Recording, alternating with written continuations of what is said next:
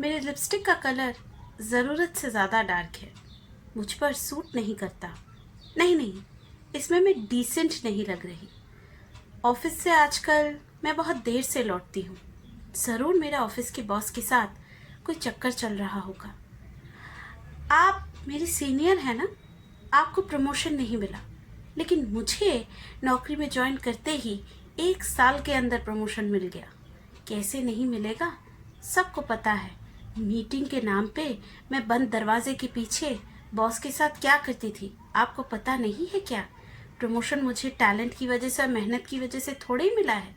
मुझ जैसी लड़कियों के लिए तो किसी भी प्रोफेशन में आगे बढ़ जाना कोई बड़ी बात नहीं है। अभी मैंने जो कुछ भी कहा वो सिर्फ एक स्टेटमेंट नहीं है, वो जजमेंट है। हाँ, जजमेंट, जो बड़ी आसानी से लोग किसी और के बारे में पास कर देते हैं। लेकिन ये जजमेंट करने का नेचर कहाँ से आता है? देखिए, बचपन से ही हमें कुछ चीज़ें सिखाई जाती हैं।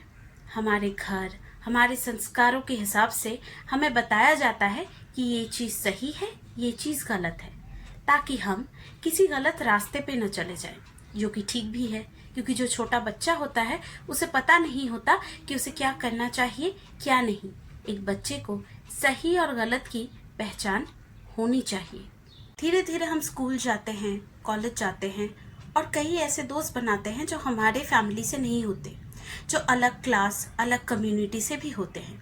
और हमें कई और तरह के कल्चर और अपने दोस्तों के एक्सपीरियंसेस का पता चलता है और हमारी एक ओपिनियन बनती है। हाँ, वो ओपिनियन जो शायद हमें हमारे घर वालों से नहीं मिलती। हमारे एक्सपीरियंसेस, हमारे दोस्त, उनके एक्सपीरियंसेस, इन सब चीज़ों से हम एक अलग सोच धीरे धीरे डेवलप करते हैं। ये एग्जैक्टली कब और कैसे होता है ये तो हमें पता नहीं होता, लेकिन धीरे धीरे ये चीज़ ज़रूर होने लगती है और हम अपनी एक अलग सोच बना लेते हैं और इसी सोच को ओपिनियन कहते हैं। ओपिनियन एक बहुत ही इम्पॉर्टेंट चीज़ है। ये वो चीज़ है जो इंसान की पर्सनालिटी को बनाती है। आप जैसे हैं, जिस तरह की सोच रखते हैं या ज़िंदगी की तरफ आपका जैसा नज़रिया है, ये आपके ओपिनियन पर ही डिपेंड करता है।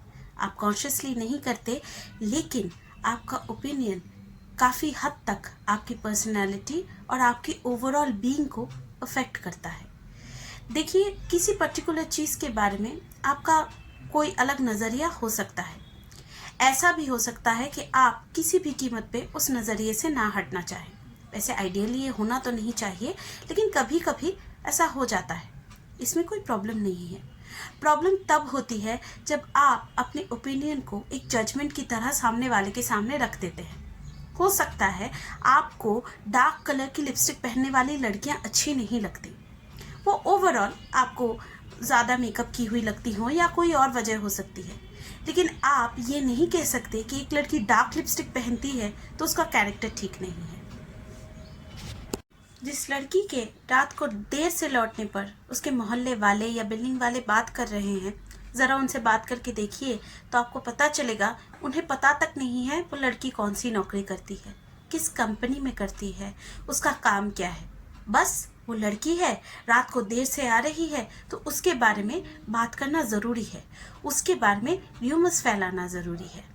मैं पहले सोचती थी ऐसे लोगों की प्रॉब्लम क्या है, क्यों ये लोग इस तरह की बातें करते हैं, ये बातें करके इनको मिलता क्या है। मैंने ज़रा सा सोचा तो पाया ये फ्रस्ट्रेशन है और कुछ भी नहीं।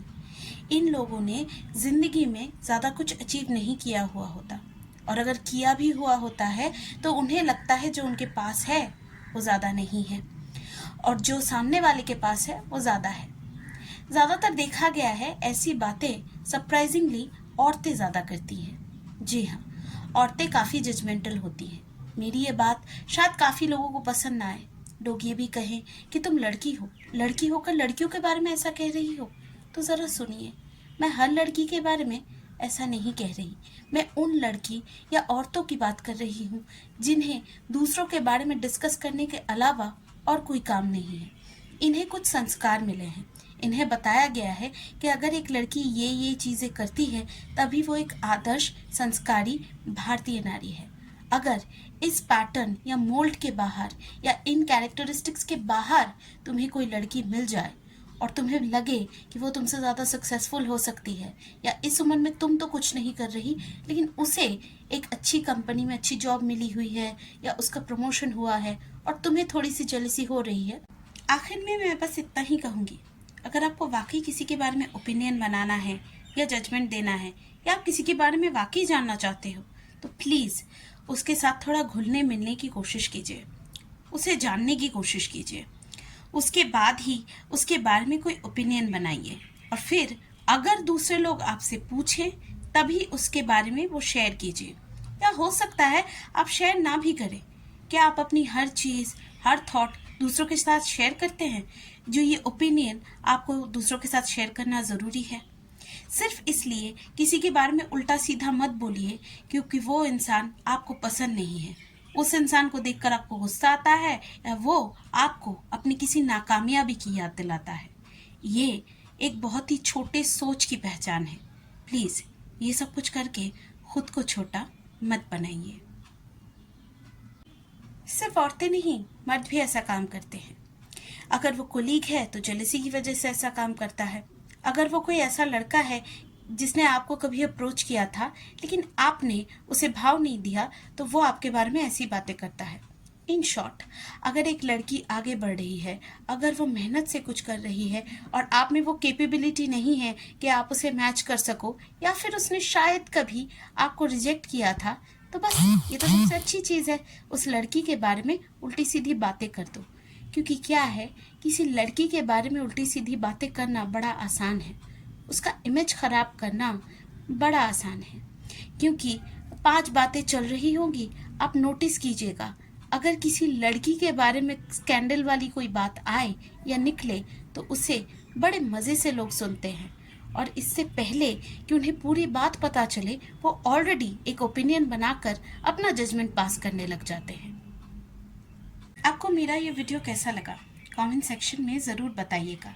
अगर आपके कोई सुझाव हैं तो वो भी देना ना भूलिएगा। मिलेंगे किसी और वीडियो में, तब तक के लिए बाय बाय।